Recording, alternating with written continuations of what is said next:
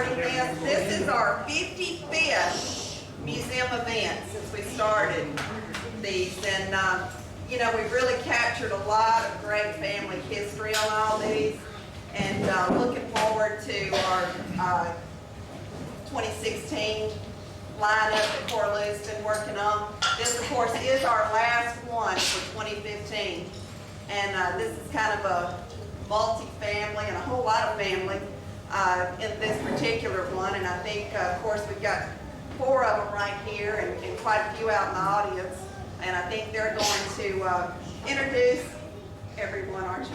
Okay. I'll think about it. Okay. But everybody got their phones off? Ring. And if you'd like to get a copy of this, I believe Phil will probably have it ready within the next 2 or 3 weeks. They did make some really nice Christmas gifts. Like I said, this is our 55th one. So we do have some amazing history DVDs for you to purchase.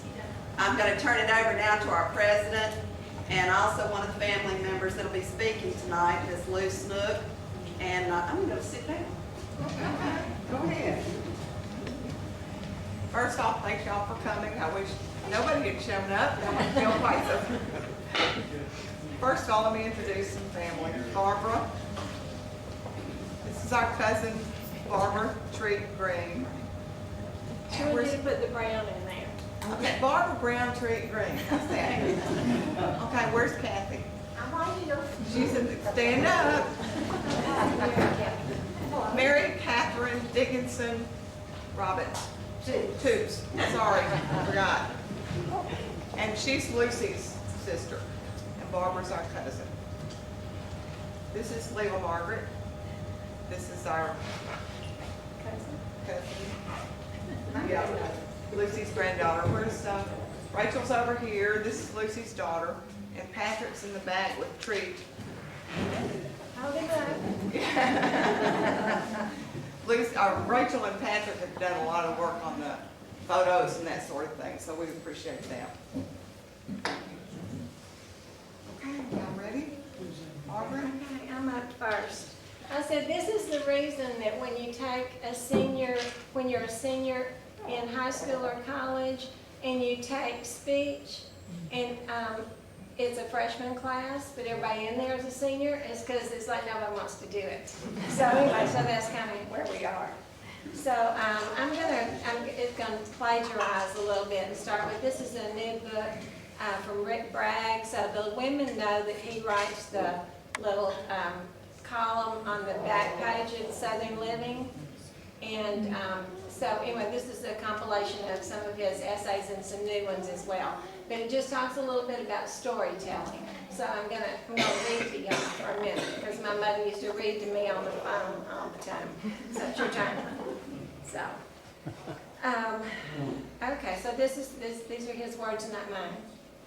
It suits me here. My people tell their stories. The joys of this southern life we polish like old silver. We are good at stories. We hoard them like an old woman in a room full of boxes. But now and then we pull out our best and spread them out like dinner on the ground. We cherish the past. We buff our beloved ancestors till they are smooth of sin, and give our scoundrels a hard shake, though sometimes we cannot remember exactly which is who. I love, I guess, more than anything, the ghosts of my people. Spirits who are always close, always riding in my memory like a good luck charm in my pocket. So we're going to share some of our stories and hope y'all enjoy them. Yes. This is our great-grandfather. This is William Joseph Brown. He was born in 1866 in Arkansas. And he married Margaret Pearl Blunt, and they had 3 children, Hubert, Helen, and Pearl. His wife died, Margaret Pearl died from complications from childbirth, and the youngest daughter, Pearl, was an infant. She was about 3 months old. He left her with her grandparents, and Helen and Hubert moved to Minden in 1902. As far as we know, they moved into the house that Rachel is now moving into. And this is Uncle Merle. Uncle Hubert, I'm sorry. Uncle Hubert and our grandmother Helen Brown. Or Lucy. It could be It Lucy. could be Lucy. It could be Lucy. Yeah, there's a lot of family resemblance in some of these pictures. But Papa bought the house in 1909, and according to grandmother, they always lived in that house. Go for it. There. And that's the house. At the time he purchased the house, it was on a street that was unnamed. So, and there are only 2 houses on the street, even now. Okay? It's Oak Street now, yeah. And there are 2 houses, but this is 307 Oak. I don't know. Who did that? Oh. Okay. Grandmother. Okay, this is my grandmother. This is one of my favorite pictures of her. She was about 5 years old when this was taken, and if you notice, in her hands is a parasol. Well, that parasol is an ivory handle parasol that she convinced her dad she had to have. Around her neck are solid gold beads that she also convinced her daddy that she just had to have those beads. And he bought them for her. He called her Kitten. She was so spoiled, and should have been the biggest brat in town, but she really turned out to be quite a very nice lady. So I guess that spoiled the child doesn't necessarily apply to my grandmother. I don't know. What's next? This is the house was built by Alexander Leary, who was the mayor of Minden for 3 terms. Papa and Uncle Hubert and grandmother moved in the house, and we don't know whether they rented from the Leary family or rented part of the house and they lived upstairs, because there was always a little kitchenette up there, so we didn't know if they had just lived with them. But, okay. That was my picture. That was your picture? Yeah, huh? Fuck it up, girlfriend. I did. Just a little late, just a little late. Okay, so can I do this now or no? Can I do it now? Yeah. Okay. She really thought she was going to do the whole thing, and today she apparently found some gumption and said So anyway, so Lou and I kind of stumbled in. So this is a picture of grandmother as a student. So she attended the Galloway School in Searcy, Arkansas, and then attended Ward Belmont College in Nashville, which was a finishing school. So these are some of her college pictures. She played, she's in them. She played violin. She was a member of the Louisiana Club, the Panther Athletic Club. I can't imagine. We found that one rather fun. Yeah, and the XL Club, but we don't know what that is.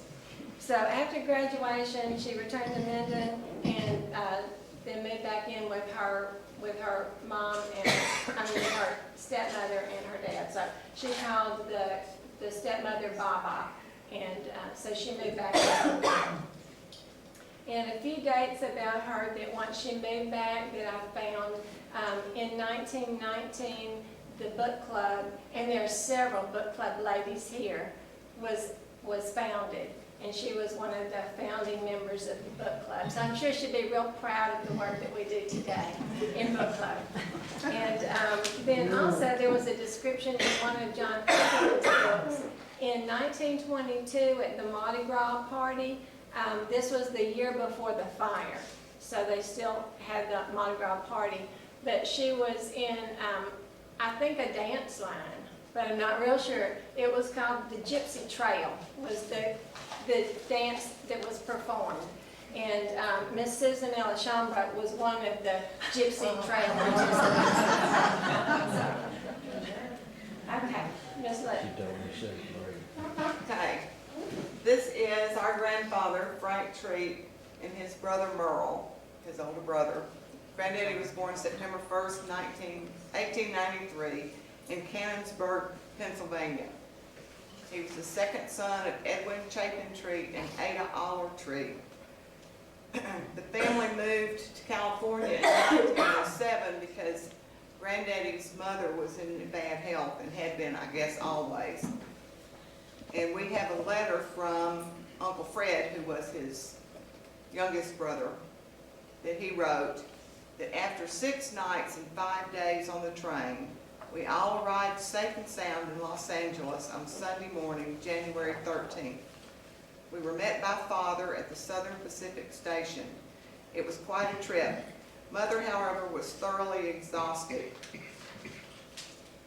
Throughout the months to come, her physical condition began to fail and grow increasingly worse. With the idea that the ocean and salt air might help her, she was moved to nearby Long Beach. It did not help. In spite of all possible medical aid, she died on October 30th, 1907, at the age of 44. Granddaddy was 14 when his mother died, and he was sent back to Pennsylvania to live with his grandfather, Aller. Grandfather Aller wanted him to become either an attorney or a doctor, but Granddaddy wanted to be an engineer. So Grandpa Aller would not help him go to school. So Granddaddy had to work his way through college. He was he waited tables, he delivered newspapers, and he was even a shoeshine boy.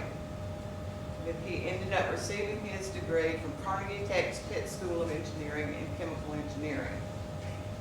He served, and this is the Glee Club, and he was in the Carnegie Tech Glee Club. Then he served in the 18th Pennsylvania National Guard and was sent to El Paso, Texas during the war with Mexico. His next assignment was in World War I, and when he got out of the Army, he had been a supply officer at Camp Devens in Massachusetts.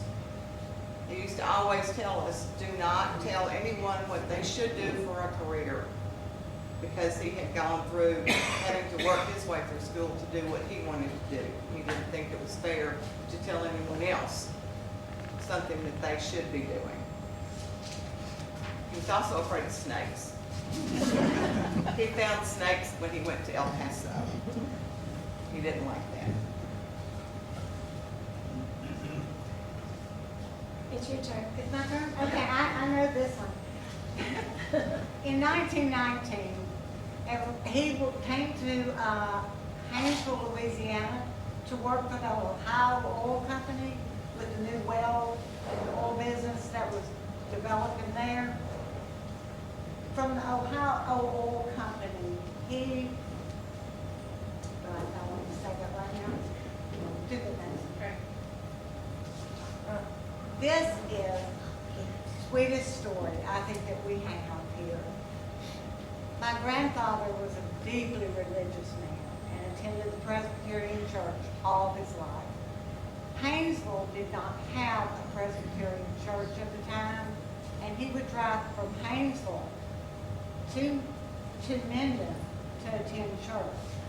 Well, it was at the church one Sunday afternoon at an ice cream social that he met my grandmother, Miss Helen Brown. And both of them said it was love at first sight, and they knew that this was the people they were going to marry. And this was close to what that ice cream social would have looked like. But grandmother and granddaddy are both in there, and we don't know the other people.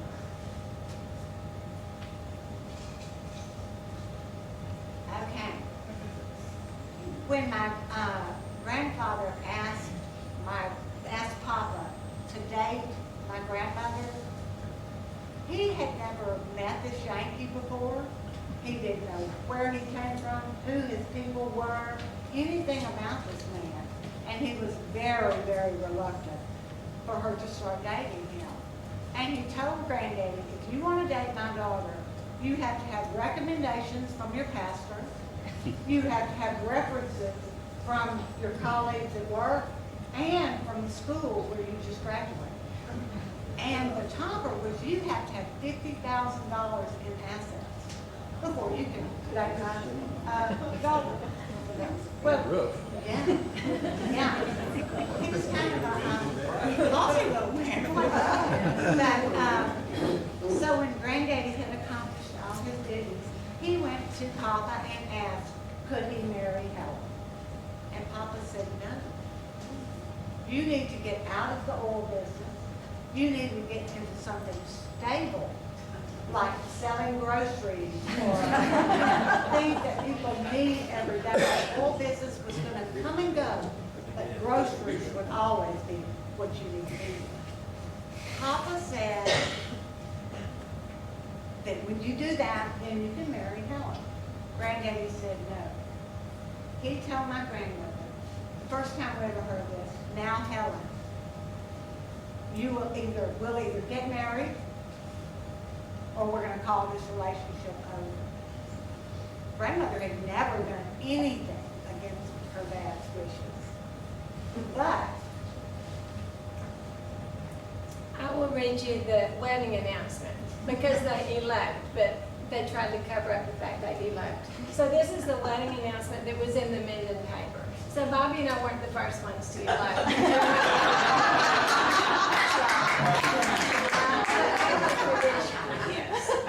So anyway, so this is what this wedding announcement says. Treat Brown. One of the most notable weddings of Minden was that of Miss Helen Brown to Mr. Frank B. Treat of Pittsburgh, Pennsylvania on last Sunday, January 14th. Miss Brown had been visiting her sister at Stevens, Arkansas for several weeks, and it was while visiting away that the happy young couple were married. They returned to Minden on Monday and spent the day visiting with the bride's parents. Now, don't you know? Mr. and Mrs. W.J. Brown. They left the following evening for Haynesville, where they will reside for a while before moving to Shreveport, where their future home will be. The bride is the most lovable, now I know her dad wrote this, but anyway. The bride is the most lovable and attractive young girl that Minden has ever known and is extremely popular with everyone. She is an accomplished musician and has always been prominent in the social affairs of the town. She has taken part in any community undertaking using her talents and ability to help in any way. Ms. Treat attended Galloway College and later completed her education at Ward Belmont. Granddaddy gets a little bit of a line here. Mr. Treat was a resident of Minden a few years ago, and their marriage was the culmination of a romance that commenced at that time. He is employed by the Ohio Oil Company, now located at Haynesville, but will soon be stationed at Shreveport. He is a young man of much ability and excellent qualities. Their friends wish them all joy and happiness in their new life. So that's what that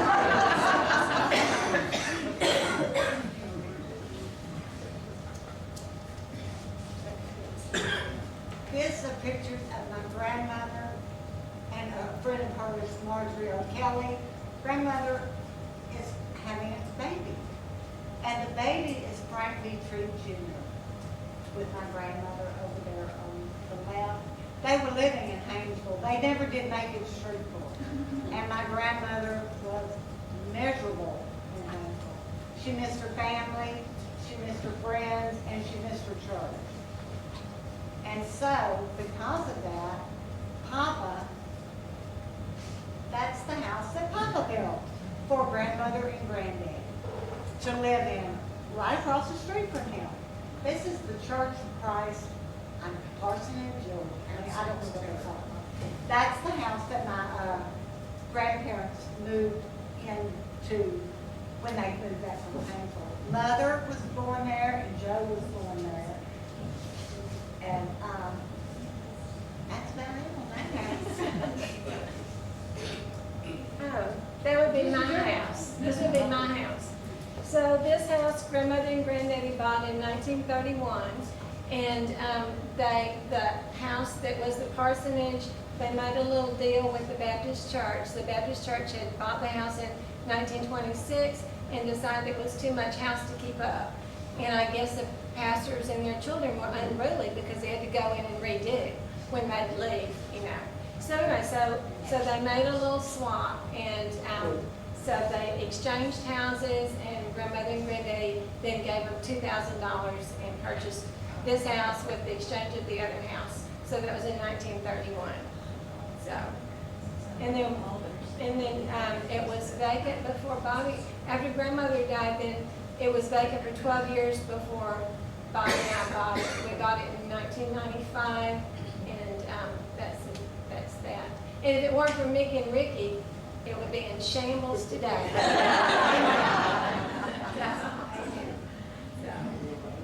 Okay. Little baby. These are pictures of our great-grandfather, Papa. That's what everybody called him, because that's what grandmother called him. And the grandchildren. It's Mary, who was Hubert's daughter, Puck, my mother, and Uncle Brother. And Puck's name was actually Margaret, but Uncle Brother nicknamed her Puck because she was So that, mischievous. that's a good word. So now you need to explain the Uncle Brother. Yeah, I am. That's next.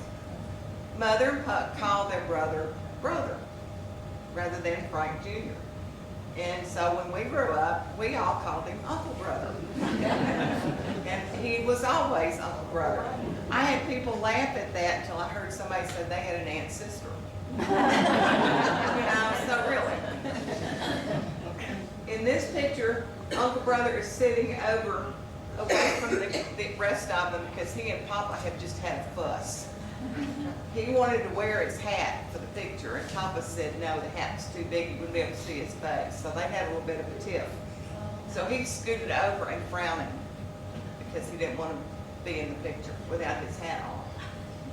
And Mother loved the cowboy outfit. She wanted it so bad. So when he outgrew it, she took it. And she would wear it everywhere she went. She was downtown one day in her cowboy outfit. And there was a wedding going on at the Methodist church. So she decided to go to the wedding. So she walks in the front door and marches down the aisle and sits on the front row to attend the wedding. She didn't know what they were doing, but it looked like fun, so she went along. Grandmother heard about it before Mother even got home. Someone had called immediately. But they were quite a threesome. Go ahead. This is a picture of the majority of the family. Yeah. I don't know what Joe has done, but she looks like She she's looks- home alone. Yeah. But this, the lady on the left is a step grandmother, but she was known as Baba to everyone. She was dearly loved. When we messed up back there, that would have been the story of her, and I hate not to give her props. Go ahead. Because she is a very kind lady, and was grandmother to Uncle Brother, Joe, and my mother. This is a picture of granddaddy and the kids, and then grandmother and the children.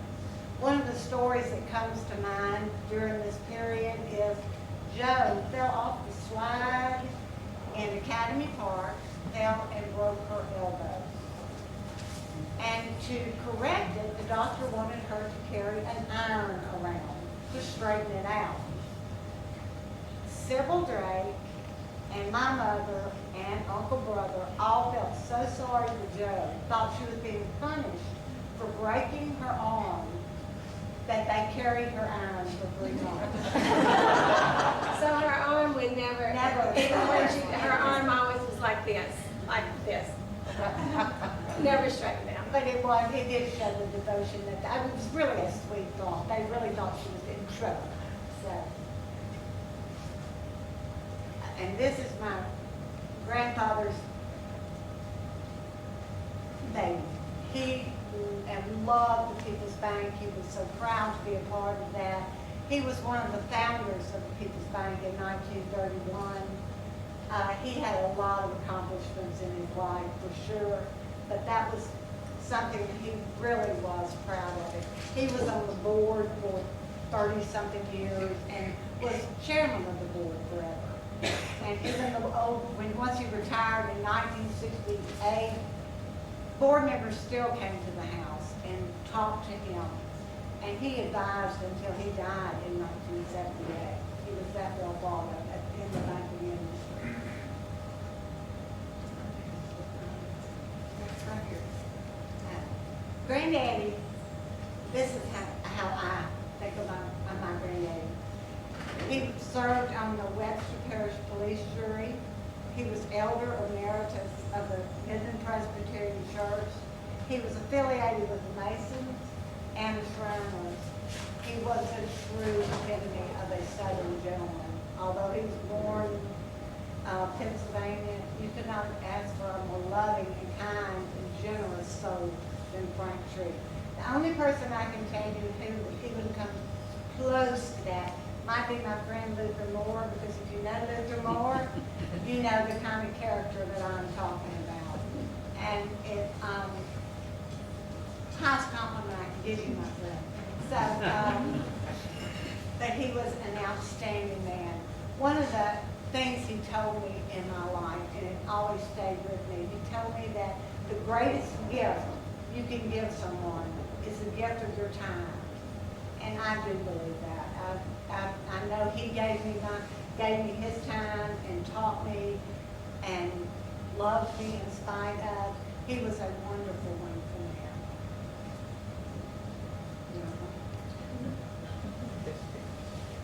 man. So this is where we're going to share some memories. So we're just going to throw out some memories of these two people. So, am I doing it or we share? Go for it, we'll share. Okay, all right. So, if y'all want to jump in, go ahead. So grandmother, I just kind of made a little list of things about her. Some things we may not know, some things we don't want to know. But anyway, she was probably the most thing that, well, we all remember, she made the list. And if you got on the list, it was not a good thing. So it usually had something to do with your appearance.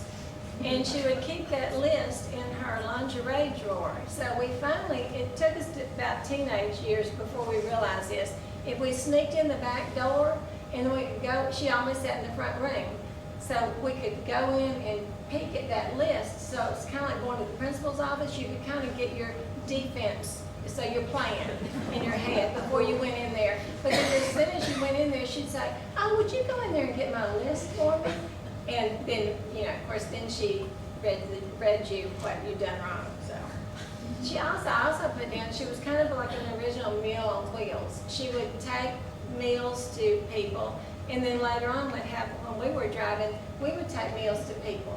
And it was like, like Miss Ponder that lived under the high school and, places like that where you're really scared to knock on the door. But she was real good at taking meals or having meals delivered to people. She was also a wonderful storyteller. And when we were little, she would lie in the bed. Well, first of all, she'd do the apples and oranges, and then she'd put the bowl on her stomach, and we'd get in the bed with her, and we'd eat apples and oranges while we had our bedtime stories. Now, I'm not sure if we brushed our teeth after that or not, but anyway, that's what that was. I'm sure we did. I don't know. And another thing, that Lucy's wearing the medallion. I didn't get any jewelry. I mean, I will have to say that, but You did too? I did. Oh, I'm sorry.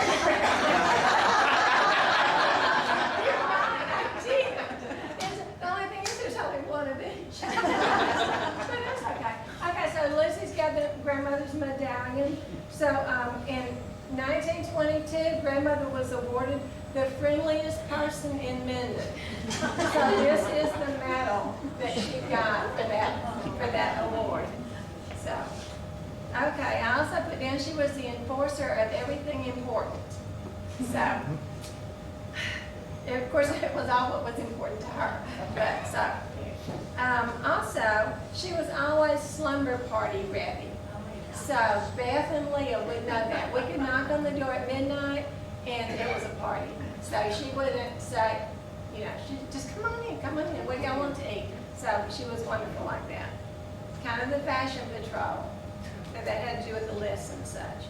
And she was a bridge player. So I made some of her little cookies she served at bridge. She was not renowned for her cooking skills, but she could make tomato aspic, everybody's favorite, and these little spice cookies, and the best vanilla fudge ever. And then I put down that she was a second mother because she was, and in some cases to Lou and me, she was the first mother. And then I put down a lady. So do y'all have anything else to say about grandmother? Barbara? Kathy? No? Red fingernails that would get you if you did your Pinched really well. She was a good pincher. She pissed hard. She did hard and good. She rarely told us no. If she did tell us no and Granddaddy disagreed, Granddaddy would go, now Helen, and she'd back off. That was all it took. It was now Helen, and she let us do what we wanted. I had a friend in high school whose father died. She was away. She came home from, I don't know, majorette camp or cheerleading camp. And her father had passed away. Well, she disappeared. So I went looking for her. I took her to grandmother. The first thing I did was take her home. And grandmother sat with her all night long, fed her, got everything together that she needed for her father's funeral. And I think Jane stayed with us for 3 days because she couldn't go home. So she was very compassionate. She was very strict. There were things she would do when we were younger. She would wash her hair. I don't know if y'all remember those little plastic hair things put around here. It tears your ear off when you it's supposed to be water out of your face. Yes, it was And terrible. wash her hair in the sink. But the other thing about bathing and hygiene, I don't know why we girls thought that she would want company when she was taking the bath. But it did not matter. Every time she went in the bathroom to take a bath, one of us would go sit on the side of the tub and visit with her. I mean, I'd be mortified if my grandchildren did that. But Barbara would say, "Oh, grandmother, your legs are so pretty. They are red and purple."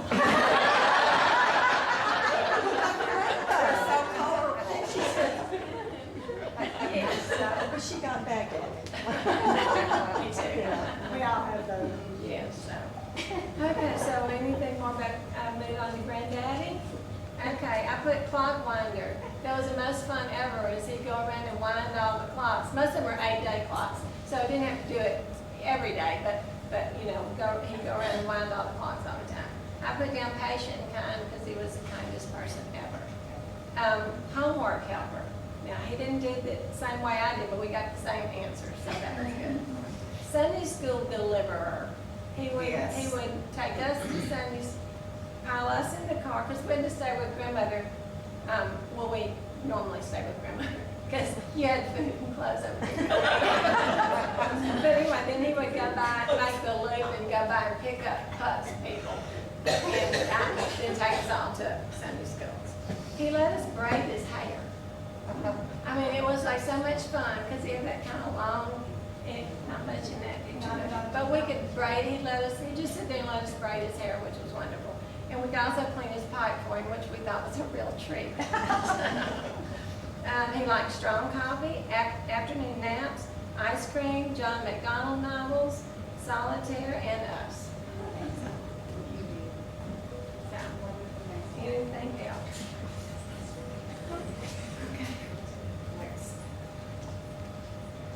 We're doing so good. I don't know what my time was. Go ahead, I don't Lucy. know. Lucy, you're up. I'm trying. Okay. This is we're skipping generations, I realize. But this was one of the treats that I did want to mention in the talk tonight.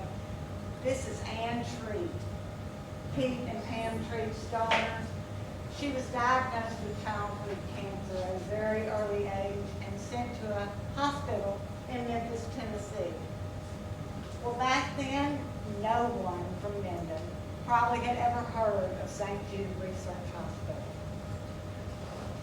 It's been 40 years since the first radiothon was held in her honor. And 40 years, and may not be the reason this auction has grown to where it is now. There have been too many other families and children that have been affected. But Ann is that foundation.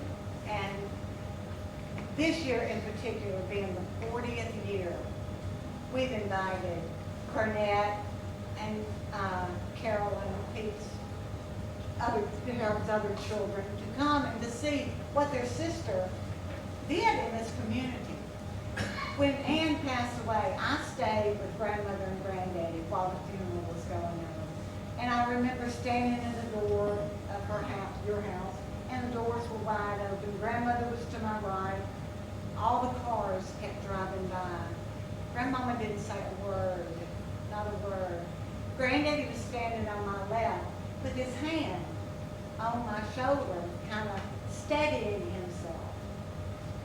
And when the last car went by, Granddaddy said, "This child's life will make a difference in this community."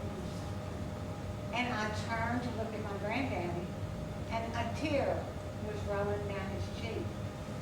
It was probably the most powerful moment I have ever had in my life, because I know now how profound and wise he was to recognize that this child would make a difference one day in Minden.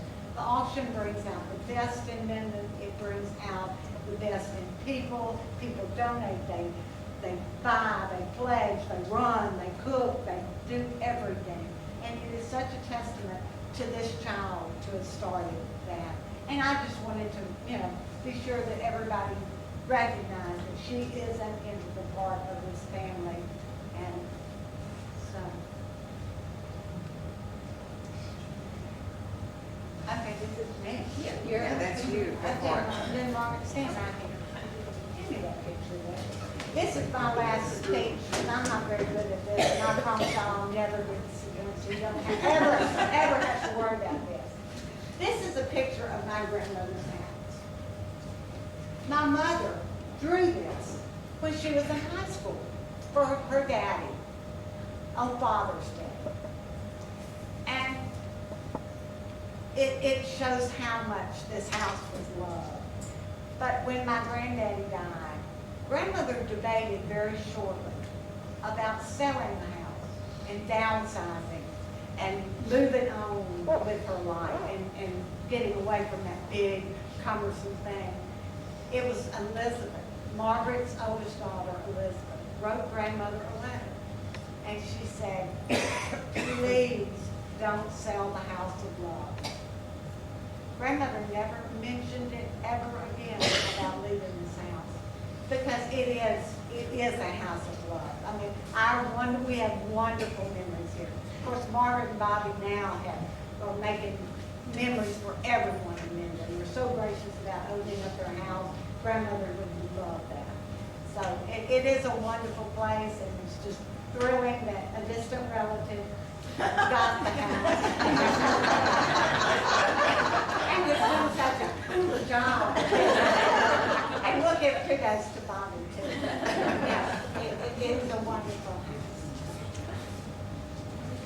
And then the other house, of course, Papa's house is, so this is a picture of Layla, Margaret, and Tree, and Mom and Dad, so Rachel and Patrick out front. And so we are delighted, so delighted to have these kiddos across the street. Grandmother used to sit in her house in the living room and see what was going on in our house, which probably wasn't some of what shouldn't have been going on. But so now we get to sit on our couch and see what these kiddos are doing. It's fun to watch them bicycles up and down the street and then playing in the yard. So they are the 6th generation then of the Brown Triggs living in that house, and we're thrilled to have them next door. So, okay, I think we're. Any at that. questions? Yes. One thing you brought up, Margaret, that really interested me was that your great-grandfather moved to Haynesville in 1919. Grandfather. Well, your grandfather Yes. moved to Haynesville in 1919. Lois's father came down from Oblong, Illinois to Vicksburg over to Arcadia and up the railroad to Haynesville in 1922. Oh. Now, he worked in the field that he was, the story about them not wanting your granddaddy to marry reminded me because her Price was considered oil field trash too. Oil field trash, I think that's on top of They that. both were there at the same time probably. Well, we always thought we were half-breeds because Mother was a Southerner and Granddad was a Yankee. So Mother thought when she was growing up that that's what a half-breed was.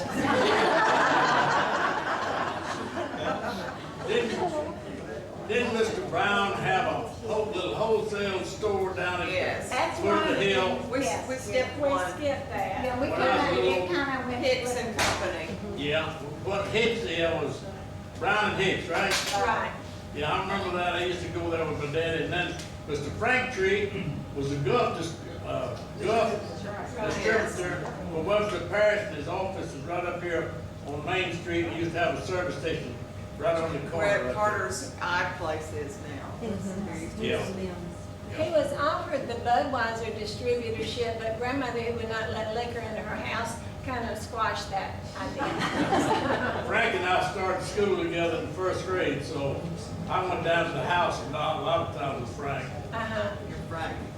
Yeah, your Poor dad. Liz. Yeah, I just want to say, and I mean this from the bottom of my heart, the best thing that anybody ever did for this town was what Pete Tree started in Minden. It has brought Minden together. There is nothing like the Minden St. Jude auction in the world. I don't care what anybody says.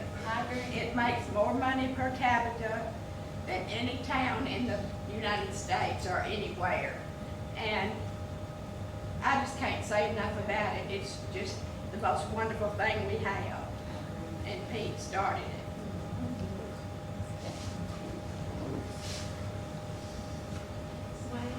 Any more in-laws or outlaws? Or anything else we're in trouble about. See, I always said Lucy was the funny one. Now Margaret's. Now, Margaret is great. Ooh, I knew what I was I've been doing. on practice, there's a pile of poundstone in me coming out. Oh, Julia Sugarbaker.